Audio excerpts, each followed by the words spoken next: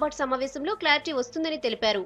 ఈ సంవత్సరం 9,300 చెరువులు, దాదాపుగా 9,300 చెరువులు మిషన్ కాకతీయ కింద చేయాలనుకునేటువంటి క్రమంలో ఇప్పటికే 5,322 చెరువులను సర్వే పూర్తి చేయడం జరిగింది. అవుట్ ఆఫ్ 9,300 5,322 చెరువులకు సర్వే పూర్తి చేయడం జరిగింది. ఇందులో 3,051 ఎస్టిమేట్లు ఇప్పటికే ప్రిపేర్ అయినాయి. ఇందులో ఒక 480 ఎస్టిమేట్లకు ప్రభుత్వం 170 కోట్లకు పరిపాలన అనుమతి కూడా ఇవ్వడం జరిగింది. ఈ నెలాఖరు కల్లా స్టేట్లోని కొన్ని జిల్లాల్లో ఇసుక పాలసీని అమలు చేయనున్నట్లు తెలిపారు హరీష్ రావు. గతంలో కంటే తక్కువ ధరలకే ప్రజలకు ఇసుకను అందిస్తామన్నారు మంత్రి.